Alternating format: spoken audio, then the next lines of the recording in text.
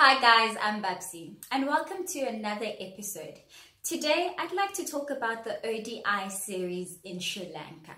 Now I must say, it feels so good being part of the winning team. I mean, the boys really did step up after a disastrous test series. I think they may have gotten a way around the spinners and an understanding in the pitches there in Sri Lanka. So I'm pretty impressed, I'm pretty happy. Looking at the first ODI, we had Germany who actually conquered us through to winning. But I think it was the partnership of Faf du Plessis and de Kock that helped and built that foundation for us to secure winning. But, you know, on Sri Lanka's side, they didn't make it easy for us either. I mean, the partnership of Tissara and Pereira actually gave them that leap to give us a good run for our money and to give us a score good enough for us to chase, because how it started, I thought, you know, by 90 it would be all out. But they managed to even surpass the 150 run mark, which was pretty good on their side. And that partnership really did build them. I think it was an evenly matched, but we were conquerors of that match.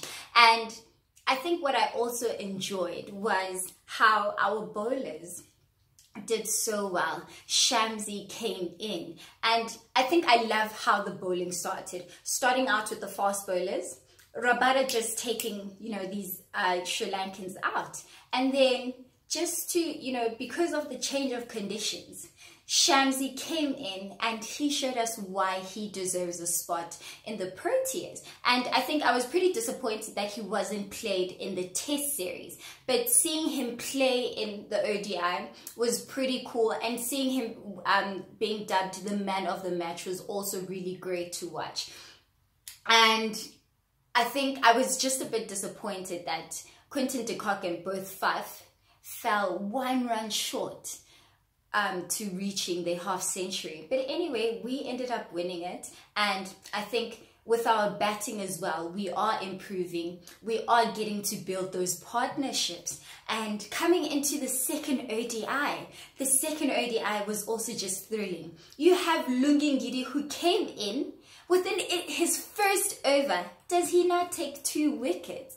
And another great talent that we have, Upehle Kwayo, he just, I think the amazing thing about him was he managed to break that partnership between Dikwela and Matthews, because that was actually the partnership that was, you know, coming to our demise. And kudos to Matthews, 79 unbeaten, and he carried his squad through. Just like the first ODI, in the second ODI, I also thought, you know what, they would get a score of maybe at most 150. But he pushed them to the 200 mark. And, you know, building that consistency and, you know, trying to work around the pitch and our bowlers and understanding that, he did really well for the Sri Lankan team. And on our side, our batting also just as good, and I was impressed with it as well. And again, you had Faf and Quinton de Kock building on a partnership, and Hashim Amla finally, as much as I think he was robbed of his half century, he played much better. And I think with Quinton de Kock as well, kudos to him, he played so great. And I think with the last 2 ODIs that we played, he is going back to the form that I know Quinton de Kock as. I mean, in the Freedom Series against India and against Australia, I was struggling to see what is going on with de Kock, but his form is slowly coming back, and I'm pretty impressed. I'm happy about that. And what I'm really most happy about is how the boys are playing, looking that the World Cup is next year. And, you know, any ODI we play is good practice for the World Cup next year. And seeing how everyone is playing, I mean, the different bowlers that we have, watching Mulder as well, getting his maiden wicket. So I think we've got a very good chance of clinching this ODI series in Kandy on Sunday. But I don't think the Sri Lankans are going to make it easy for us. I mean, they are on home turf and they will want to even the series and hopefully go to win it. But looking at how we've been playing, and like I said, that disastrous test, I don't think that the boys would want to go through that loss again. Excuse me. Instead, they want to push through and clinch every win that they can get.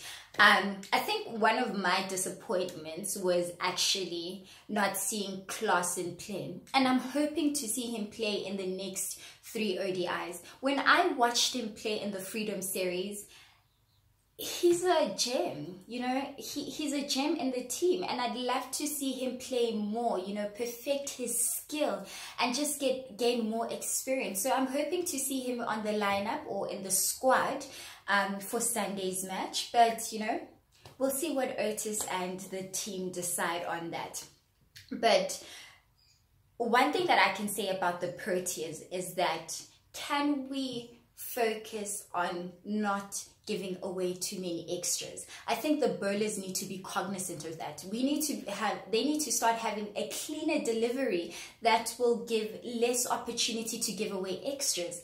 In the first ODI, 19 extras. That's like almost 20 runs extra for them, compared to a Sri Lanka who just had 6 extras. In the second ODI, yes, they had better extras, which was just 12, but I think it's still a double-digit number. If we can just keep our extras under 7, at least, because now we are giving away too many runs, and I think we need to be cognizant of that, where, you know, we give a cleaner delivery, where we don't have too many wides or too many no balls. So it's going to be a pretty interesting match to watch. But I can say that our fielding, we pride ourselves to having one of the best fielding team.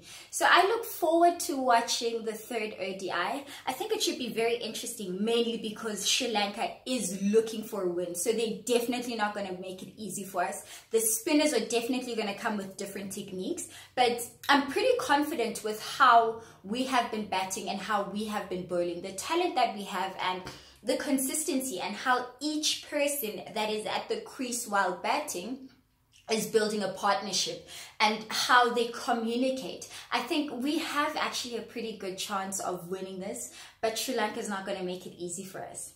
Anyway, guys, till next time, thank you for watching. Bye.